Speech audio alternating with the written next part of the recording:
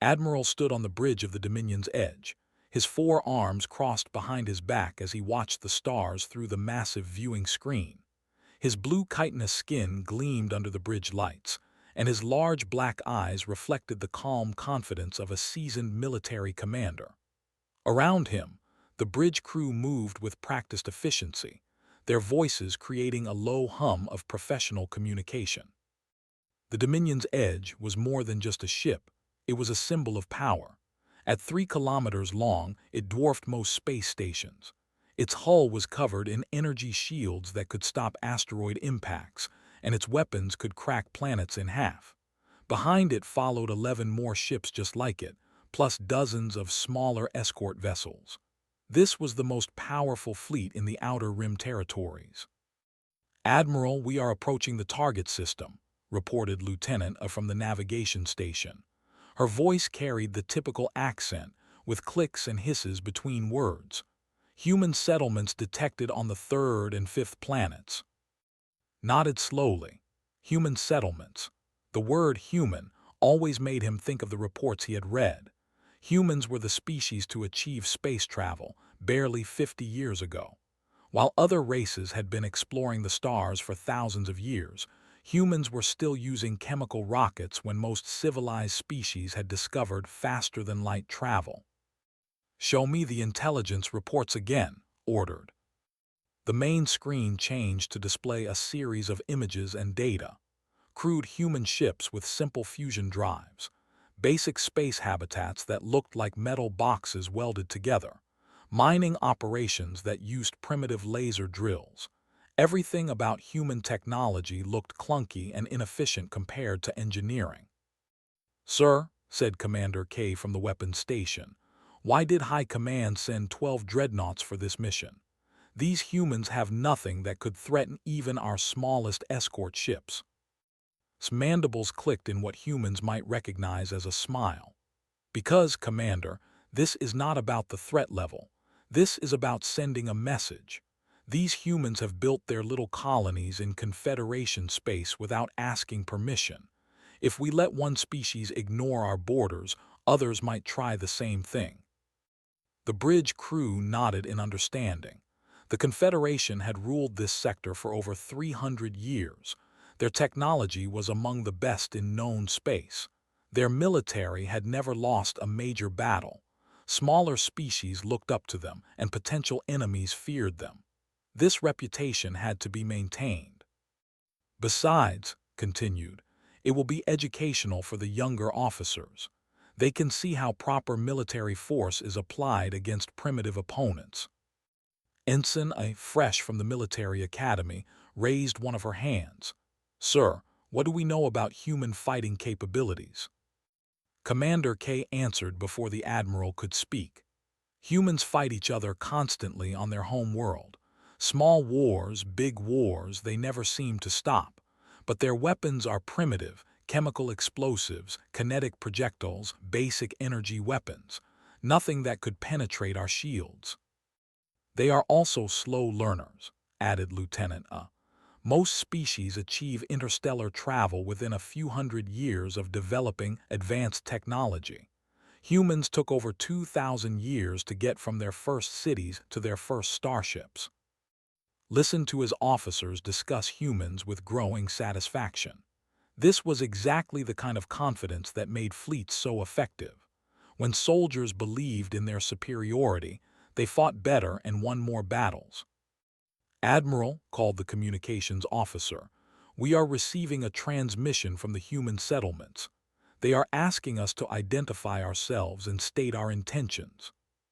"Put it on speaker," ordered. A human voice filled the bridge, speaking in accented but understandable galactic standard. "Unknown ships, this is New Terra Colony Control. You have entered protected space. Please identify yourselves and explain your presence here."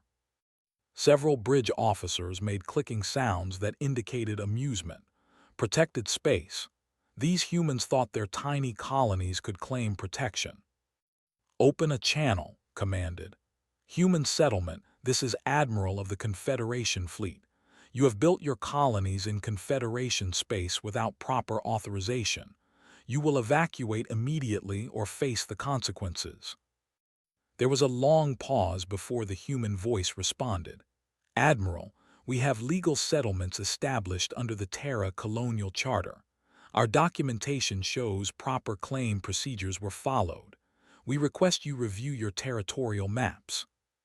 Commander K's four arms gestured dismissively. "Terra Colonial Charter. No such document exists in Confederation records. These humans are making up laws that do not exist." Agreed. Humans were known for being stubborn and argumentative. They probably thought if they talked long enough, the Confederation fleet would just go away. This kind of thinking showed why humans were still considered a primitive species. "Human settlement," spoke into the communication system again. "The Confederation does not recognize any human authority in this sector. You have 24 hours to begin evacuation procedures. After that time, we will consider your continued presence an act of aggression against the Confederation." The response came immediately. "Admiral, we cannot comply with that request. Our colonies are legally established and under protection. We strongly advise you to reconsider your position." The bridge fell silent. No primitive species had ever spoken to a Confederation fleet with such confidence. Usually, the sight of 12 dreadnoughts was enough to make entire star systems surrender without question. "Sir," whispered Ensign, "they sound very sure of themselves." "Primitive species often do," replied calmly.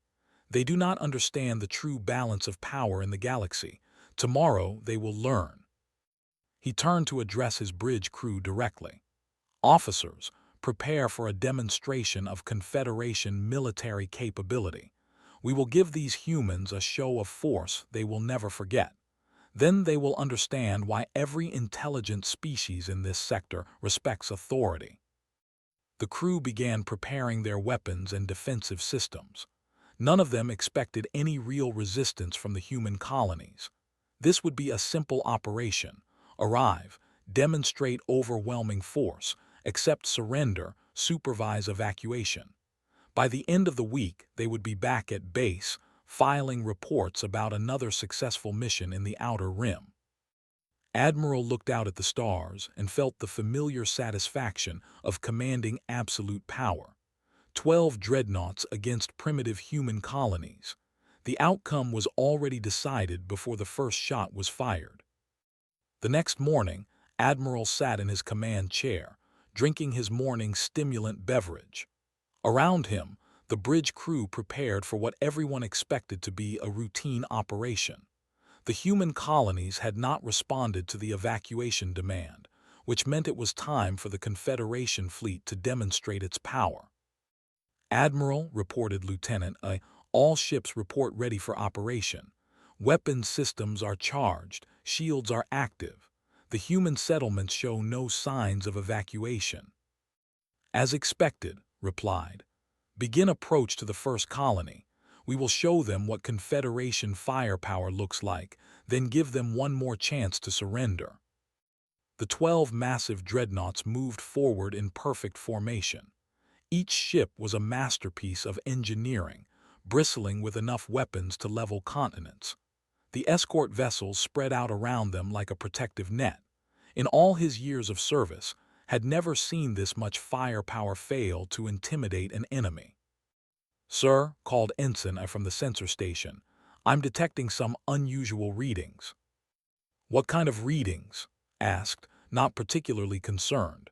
Sensor glitches were common near planets with active mining operations. "It's hard to explain, sir. Space itself seems to be fluctuating, like waves in water but in empty space." Commander K looked up from his tactical display. "Ensign, run a full diagnostic on the sensor array. These human mining operations might be interfering with our equipment." But before it could respond, every alarm on the bridge began screaming at once. The main viewing screen flickered and changed, showing something that made every officer freeze in shock. Space was tearing apart. Right in front of the Confederation fleet, reality itself seemed to split open like fabric being ripped by invisible hands. Through the tear, they could see swirling colors that hurt to look at directly. Energy patterns that made no scientific sense danced through the opening, and the very air on the bridge felt heavy and wrong. "What in the name of the ancestors is that?" whispered Commander K. Before anyone could answer, something began emerging from the tear in space. At first, it was just a dark shape, but as more of it came through, they could see it was a ship. But this was not like any ship in Confederation databases. The vessel was about 800 meters long, smaller than a dreadnought but somehow more intimidating. Its hull was perfectly black, not just dark-colored but actually absorbing light like a hole in space. The ship had smooth, angular lines that seemed to bend and flow even though it was made of solid matter. There were no visible engines, no weapon ports, no communication arrays. It looked like someone had carved a piece of midnight into the shape of a warship. "Sensors," barked, his voice tight with tension. "What are you reading from that ship?" Ensign stared at her instruments in confusion. "Sir, this is impossible. I'm reading nothing. No energy signatures, no propulsion systems, no life support. According to our sensors, that ship doesn't exist." "But we can see it," Commander K stated the obvious. "Yes, sir. Visual confirmation shows a ship approximately 800 meters in length, but every electronic system insists there's only empty space where the ship should be." Admiral felt a cold sensation in his chest that he had not experienced in decades. Fear. In all his years of military service, he had never encountered anything that could hide from Confederation sensors while remaining visible to the naked eye. Such technology was beyond even theoretical science. "Communications," he ordered. "Try to contact that vessel." "Yes, sir. All frequencies, all standard protocols." "No response, sir." The mysterious black ship hung motionless in space, positioned directly between the Confederation fleet and the human colonies. Its presence was like a challenge, daring them to proceed with their mission, but was a veteran commander. He had faced unknown threats before. "All ships maintain formation but prepare for possible hostile action," he commanded. "Unknown vessel, this is Admiral of the Confederation fleet. Identify yourself immediately." Still no response from the black ship. It simply floated there, looking more like a natural phenomenon than something built by intelligent beings. The tear in space behind it slowly closed, sealing shut like a healing wound until normal stars were visible again. "Sir," reported the tactical officer, "the ship is moving." Everyone on the bridge watched as the mysterious vessel began to glide forward, but its movement was all wrong. There were no thruster flames, no energy discharges, no signs of any propulsion system. The ship simply moved through space as smoothly as if it were swimming through water instead of vacuum. More disturbing was the way it moved. The ship accelerated at rates that should have been impossible. According to Confederation physics, the forces involved should have crushed any crew inside to paste. Yet the vessel performed these impossible maneuvers with elegant grace, as if the normal laws of physics did not apply to it. "Weapons status," ordered, his military training taking over despite his growing unease. "All weapons ready, sir. Target acquired and locked." The Admiral hesitated. Something about this situation felt wrong, like walking into a carefully prepared trap. But he had 12 dreadnoughts against one mysterious ship. Even if the humans had somehow developed new technology, they could not have built something powerful enough to threaten an entire Confederation fleet. "Unknown vessel," transmitted again.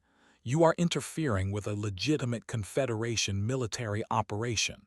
Withdraw immediately or face the consequences." For the first time, the ship responded, not with words but with action. The black vessel suddenly accelerated toward the Confederation fleet at impossible speed, then stopped dead in space just outside weapons range. The maneuver happened so fast that several officers gasped in shock.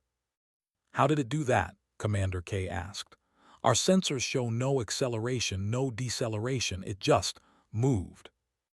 Before anyone could answer, the communication system crackled to life. A human voice, calm and clear, filled the bridge. "Confederation Fleet, you are in violation of the Terra Accord. You have 30 seconds to begin withdrawal procedures." The bridge fell silent. Terra Accord. No such treaty existed in any Confederation database. And how did this ship know the Confederation's formal name? Human intelligence networks were supposed to be primitive at best. Admiral looked at the impossible black ship hanging in space before his fleet. For the first time in his long military career, he was facing something he did not understand, something that challenged everything he thought he knew about human capabilities.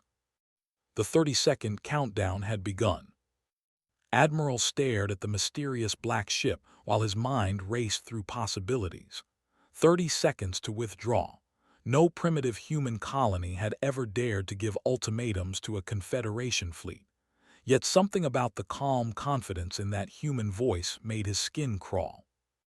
"Admiral," Commander K said quietly, "should I target the vessel?" Before could answer, the communication system activated again. The same human voice spoke with the patience of someone explaining something to a child. "Admiral, perhaps there has been a misunderstanding. The Terra Accord clearly establishes protected zones throughout this sector. You are currently in violation of Section 7, Subsection 12 of said Accord." Every officer on the bridge exchanged confused glances. Commander K quickly accessed the Confederation legal database. "Sir, there is no record of any Terra Accord in our systems. No treaties with humans exist except basic trade agreements." Activated his own communication system. "Unknown human vessel. The Confederation has no knowledge of any Terra Accord. Please provide verification of this alleged treaty." The response came immediately, but not in words. Instead, data began flooding into the fleet's communication systems. Legal documents, star charts, detailed territorial boundaries, all marked with official seals from organizations the Confederation had never heard of. The information was presented in perfect galactic standard legal format, more professional than most Confederation documents. Ensign studied her instruments with growing confusion. "Sir, this data shows 17 protected zones throughout the sector. The coordinates are incredibly accurate, down to individual asteroid positions and subspace fluctuation patterns. This is the kind of detailed information that would take our deep space monitoring stations years to compile." "How long have these humans been watching us?" whispered one of the junior officers. Admiral felt his confidence beginning to crack. The data was too detailed, too professional, too complete to be fake. But if humans had this kind of intelligence network, why had Confederation observers never detected it? 20 seconds remaining, the human voice announced calmly. "Sir," Commander K urged, "we should take action. Even if they have good intelligence gathering, they cannot match our firepower." Nodded. Whatever game these humans were playing, it was time to remind them of reality. 12 dreadnoughts carried enough firepower to sterilize entire star systems. No single ship, regardless of how advanced, could threaten that much military power. "All ships prepare to fire warning shots," he commanded. "Target the space around the unknown vessel. Show them what Confederation weapons can do."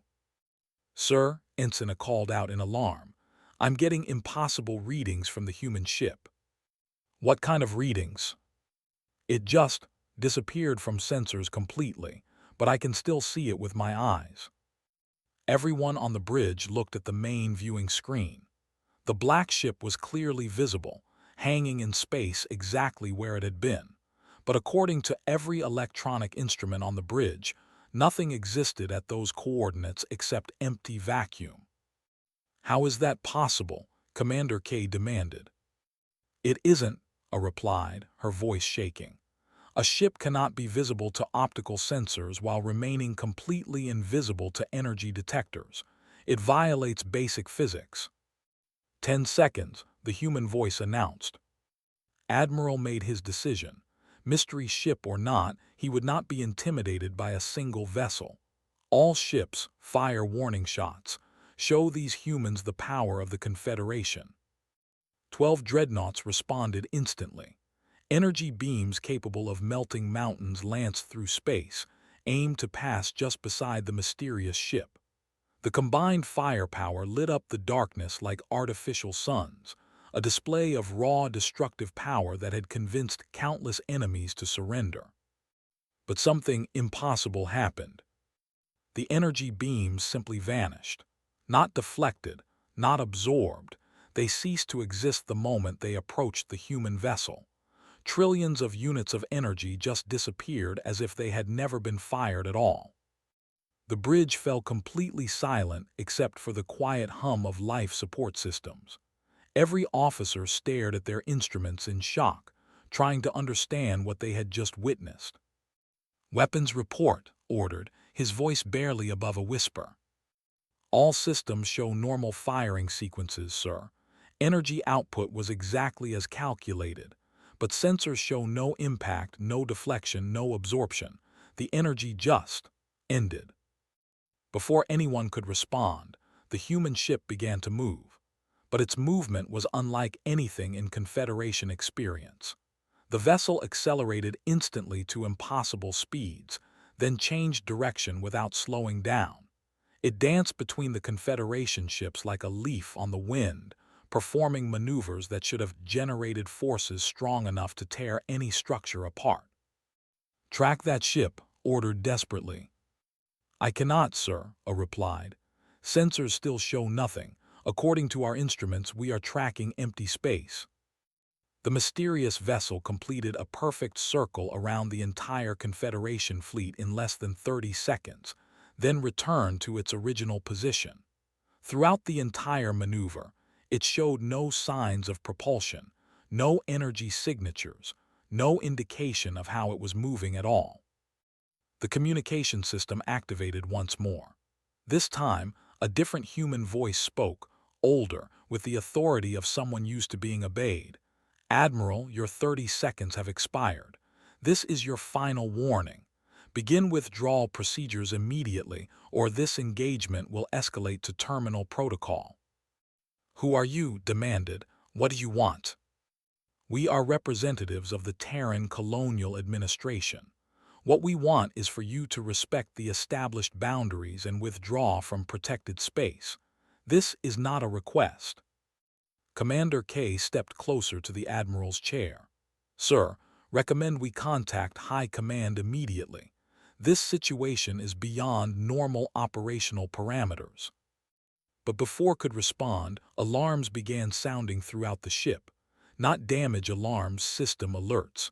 The navigation officer called out in panic. "Admiral, our navigation computer is accepting new command protocols. I did not authorize this." Similar reports came from other stations. Weapons systems, life support, communication arrays, all were showing signs of external interference. Not damage or malfunction, but active reprogramming by an unknown source. "How are they doing this?" asked, though he suspected no one had answers. The older human voice spoke again, and this time there was something in the tone that made everyone on the bridge feel very small. "Admiral, you have commanded this fleet for 8 years. You graduated third in your class from the Imperial War College. You received commendations for bravery during the border conflict, and one official reprimand for exceeding orders during the same campaign. Shall I continue?" Admiral felt the blood drain from his face. The human ship somehow knew his personal military record, information that should have been classified at the highest levels of Confederation security. Around him, his bridge crew looked at their admiral with growing fear. If the humans could access classified Confederation records, if they could reprogram military systems from impossible distances, if they could make energy weapons simply disappear, what else could they do?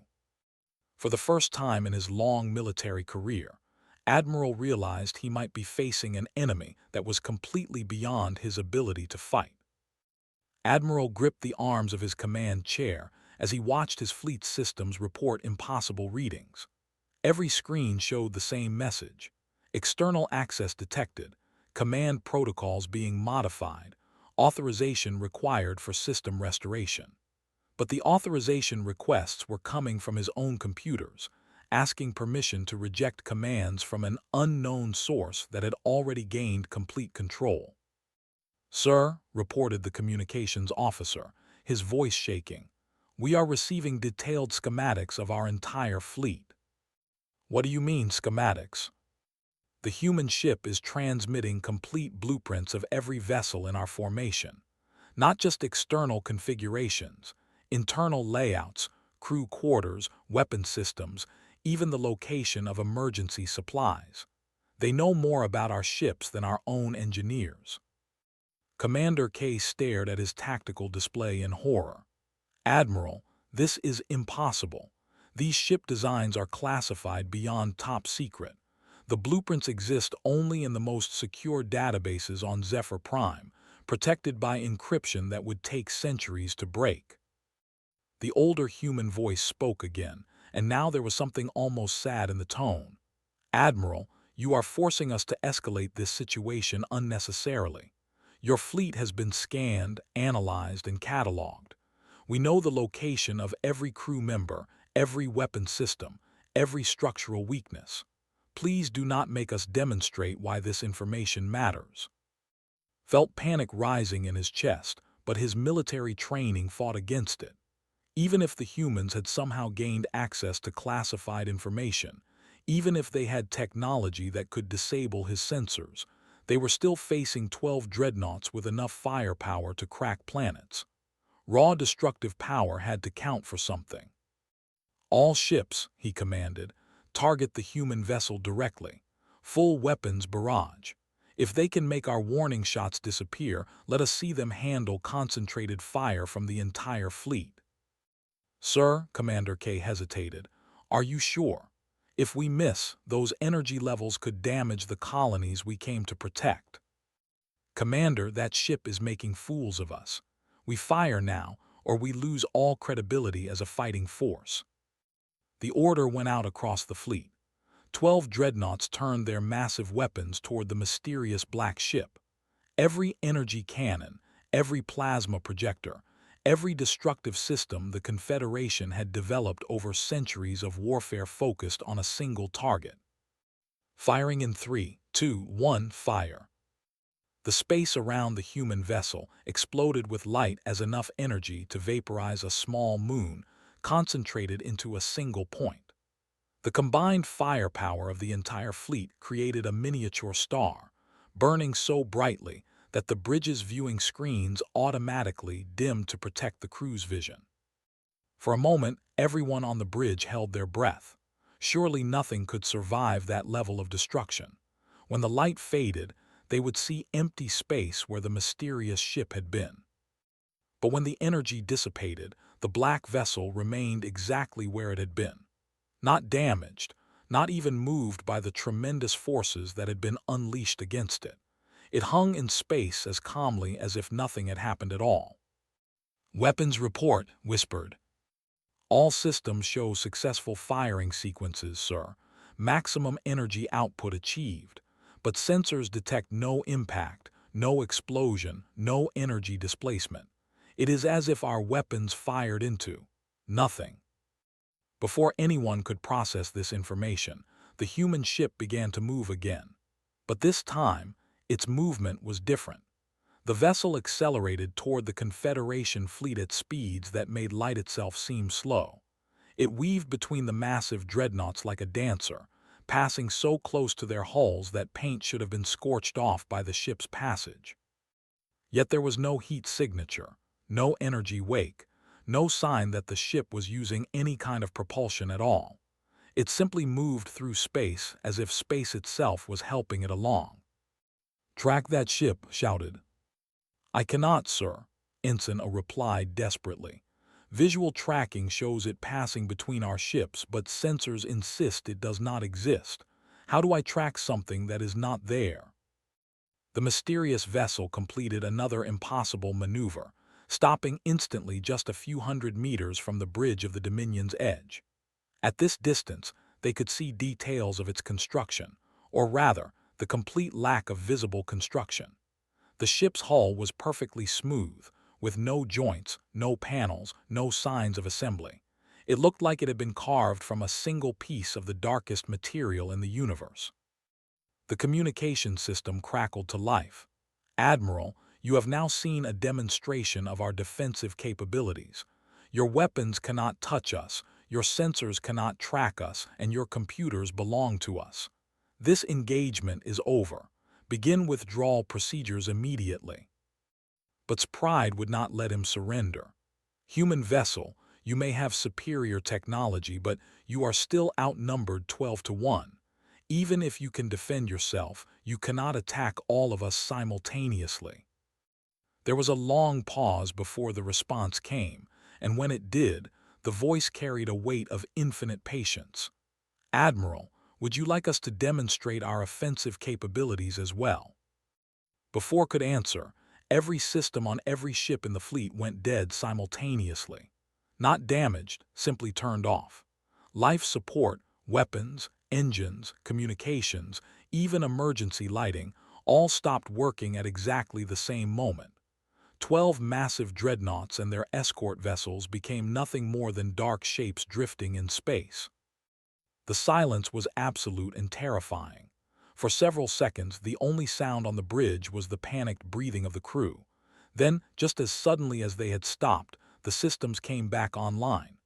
Lights flickered on, air circulation resumed, computers reactivated.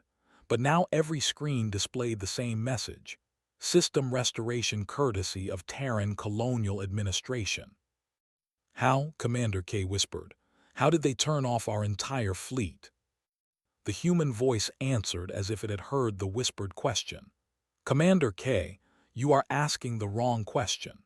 You should be asking why we turned your systems back on instead of leaving you to drift in space until your life support ran out." Admiral realized with growing horror that he was completely outclassed. The human ship had demonstrated the ability to neutralize his weapons, disable his sensors, control his computers, and shut down his entire fleet from a distance. They had done all of this without firing a single shot of their own. "What do you want?" he asked, his voice barely audible. "We want you to withdraw from protected space and return to Confederation territory. We want you to report to your superiors that the balance of power in this sector has changed. And we want you to remember that we chose to let you live today when we could have chosen otherwise." The black ship began moving away from the fleet, but as it departed, the communications system delivered one final message. "Admiral, in your report to High Command, please include this data package. It contains information that your government will find educational." Instantly, the fleet's computers received a massive data transmission. Star charts showing human territory that extended far beyond anything in Confederation records. Technical specifications for technologies that surpassed anything in known space. And most shocking of all, detailed records of Confederation military activities dating back months, as if human observers had been watching every move the fleet made. As the mysterious black ship prepared to depart, reality began to tear open once again. The same impossible rift in spacetime that had brought the vessel now opened to take it away. Just before the ship disappeared into the swirling colors beyond normal space, one final transmission reached the fleet. "The Terra Accord is available for review. We suggest you recommend that your government read it carefully." The rift closed, leaving the Confederation fleet alone with the terrible knowledge that everything they thought they knew about human capabilities had been completely wrong.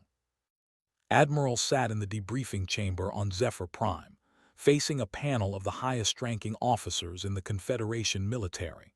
For 3 hours, he had been trying to explain how an entire fleet of dreadnoughts had been neutralized by a single human vessel, without a single shot being fired in return. The expressions on the faces of his superiors ranged from disbelief to barely controlled anger. "Let me understand this correctly, Admiral," said Grand Marshal, her forearms clasped behind her back in the traditional posture of judgment. "You are claiming that one human ship disabled 12 dreadnoughts using technology that our science teams say is impossible." "That is correct, Grand Marshal. Technology that makes their ships invisible to sensors, while remaining visible to optical observation." "Yes, Grand Marshal.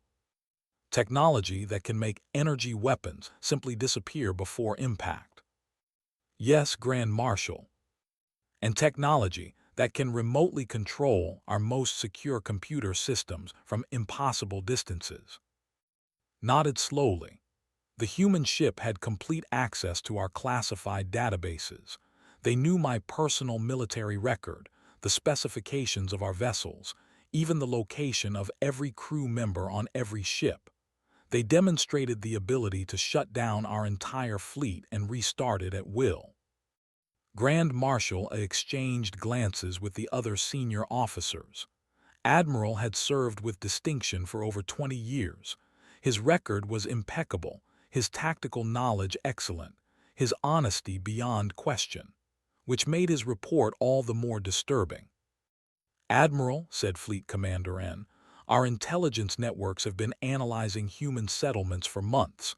Everything we know suggests they possess only basic technology: chemical rockets, simple fusion drives, primitive mining equipment. How do you explain this contradiction?" "Sir, I believe we have been deliberately deceived. The humans allowed us to see only what they wanted us to see. Those primitive colonies are not settlements, they are monitoring stations. They have been watching us while we thought we were watching them." The room fell silent as the implications sank in.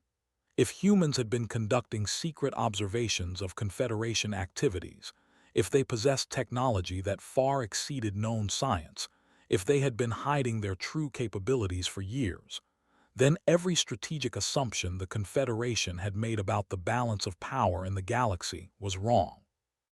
"Show us the data they transmitted," Grand Marshal commanded. The main display activated, showing the contents of the mysterious data package. Star charts appeared, marking human territory that extended across dozens of systems the Confederation had thought were empty. Technical specifications scrolled past, describing propulsion systems that could fold space-time, defensive technologies that could manipulate energy at the quantum level, and weapons that could apparently rewrite the laws of physics. But most shocking was the intelligence data. Detailed records of Confederation fleet movements, copies of classified communications, even transcripts of secret military planning sessions. The humans had been watching everything. "This is impossible," whispered Intelligence Director. These records go back months. Some of them show knowledge of operations that were classified beyond top secret. How did they gain access to this information?" Admiral studied the data with growing understanding. "Sir, I do not think they gained access. I think they have been in our systems from the beginning. Every communication, every database query, every sensor scan, they were watching all of it in real time." The implications were staggering. If humans had that level of access to Confederation systems, they knew every military secret, every strategic plan, every weakness in the defensive network. They could have crippled the Confederation at any time, but instead they had remained hidden, watching and learning. "Why?" Fleet Commander and asked the question that was on everyone's mind. If they had this kind of capability, why did they not conquer us already? Why reveal themselves now? The answer came from an unexpected source. The communication system activated, and a familiar human voice filled the chamber, the same older voice that had spoken to Admiral during the encounter. "Because conquest was never our goal, Fleet Commander N." Every officer in the room drew their weapons simultaneously, but there was nothing to target. The voice seemed to come from the walls themselves. "Please put away your weapons. If we intended harm, you would already be dead. We are here to talk." Grand Marshal slowly holstered her sidearm and the others followed her lead. Who are you, and how are you accessing our secure facilities? I am Director of the Terran Colonial Administration. As for how, the same way we have been accessing your systems for the past 18 months.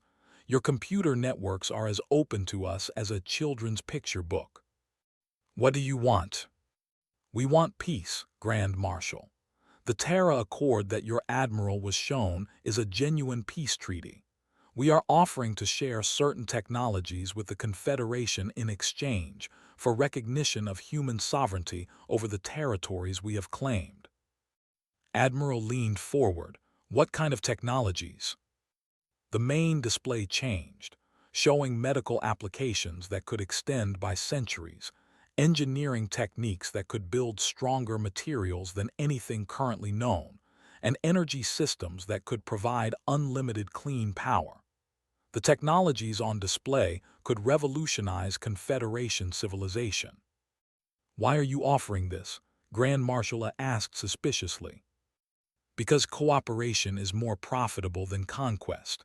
We do not want to rule the galaxy, we want to live in it peacefully. But we also will not tolerate interference with our territories or our people.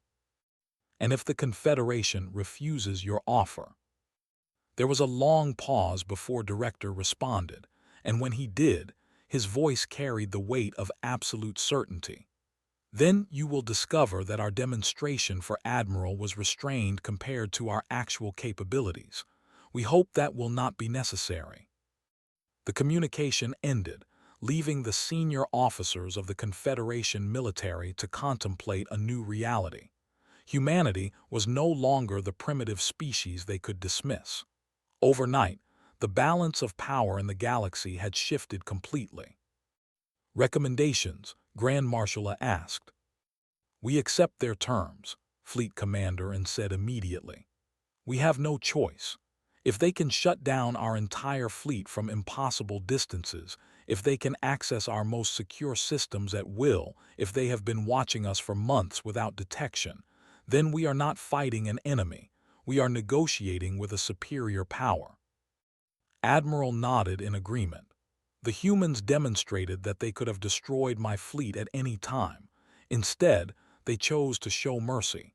That suggests they are sincere about wanting peace. Within hours, the decision was made. The Confederation would formally recognize the Terra Accord and begin negotiations for technology sharing agreements. Across the galaxy, other species would soon learn that humanity had emerged as a major power, possessing capabilities that challenged every assumption about technological development. In the weeks that followed, mysterious black ships began appearing along the borders of known space. They made no aggressive moves, but their presence sent a clear message. Humanity was no longer hiding.